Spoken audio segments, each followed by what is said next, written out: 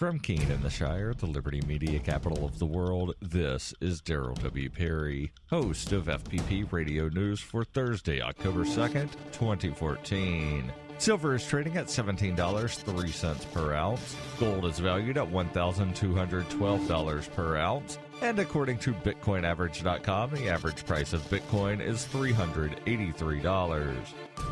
Antiwar.com reports early Wednesday morning, Ukrainian forces shelled a school playground in the rebel capital of Donetsk, killing at least 10 people, one of whom was identified as a rebel fighter. The other 9 were all labeled civilians. The attack occurred shortly after the school day began, so none of the students themselves were at the playground at the time. However, the school's biology teacher, along with one of the students' parents, were among the slain. The Ukrainian military, as usual, inexplicably claimed that the rebels had launched the attack on a school in their own territory, while the rebels insisted that the military was targeting their fighter and that the death toll was higher, with 2 other unidentified victims among those killed. It's the second incident in Donetsk this week after 9 soldiers were killed in a clash with rebels on Monday near the airport. Despite this, the ceasefire continues to hold across much of the nation.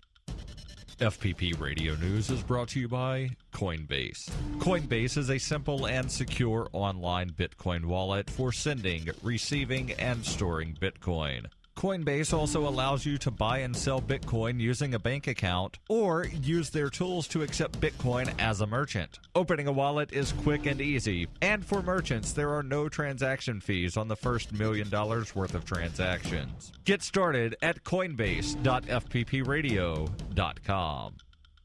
ESPN reports Georgia Tech fans won't need to hit the ATM to pay for snacks and drinks at games soon, as the school reached a deal to become the first college program to use Bitcoin for concessions. The school announced the agreement on Wednesday with BitPay, which is a Bitcoin payment processing company. It will allow fans to purchase concessions in the student section of Bobby Dodd Stadium using the cryptocurrency, beginning with Saturday night's home game against Miami. Georgia Tech Athletic Director Mike Bobinski said in a statement released by the school, "We look forward to working with BitPay to make Bitcoin a viable payment option for our students and fans. At Georgia Tech, we are always looking to lead in innovative ways, and this partnership gives us an opportunity to do so by integrating this new technology at a sports venue and in the daily lives of our students." Students on campus will also be able to use Bitcoin for dining and shopping on campus. FPP Radio News is brought to you by Roberts & Roberts Brokerage. For over 35 years, Roberts & Roberts has been a trusted source for buying and selling your investment-grade precious metals. They now take Bitcoin for purchasing precious metals so you can turn your profits into a long-term investment. Call Roberts & Roberts today for knowledgeable advice on investing. 800-874-9760.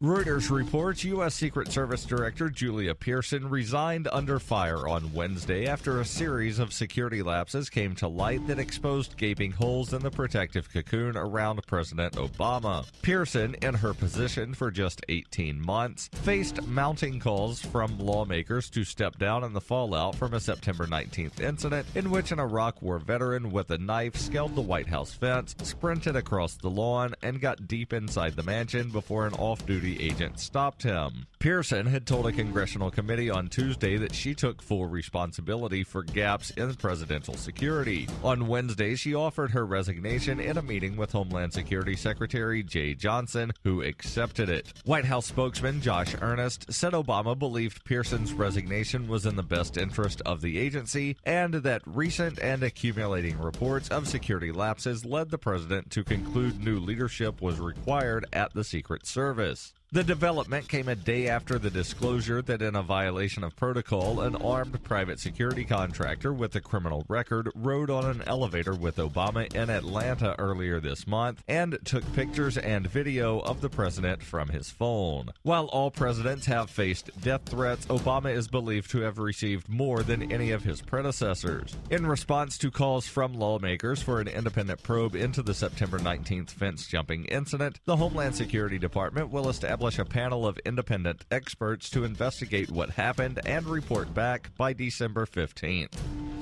This has been FPP Radio News, online at fppradio.com.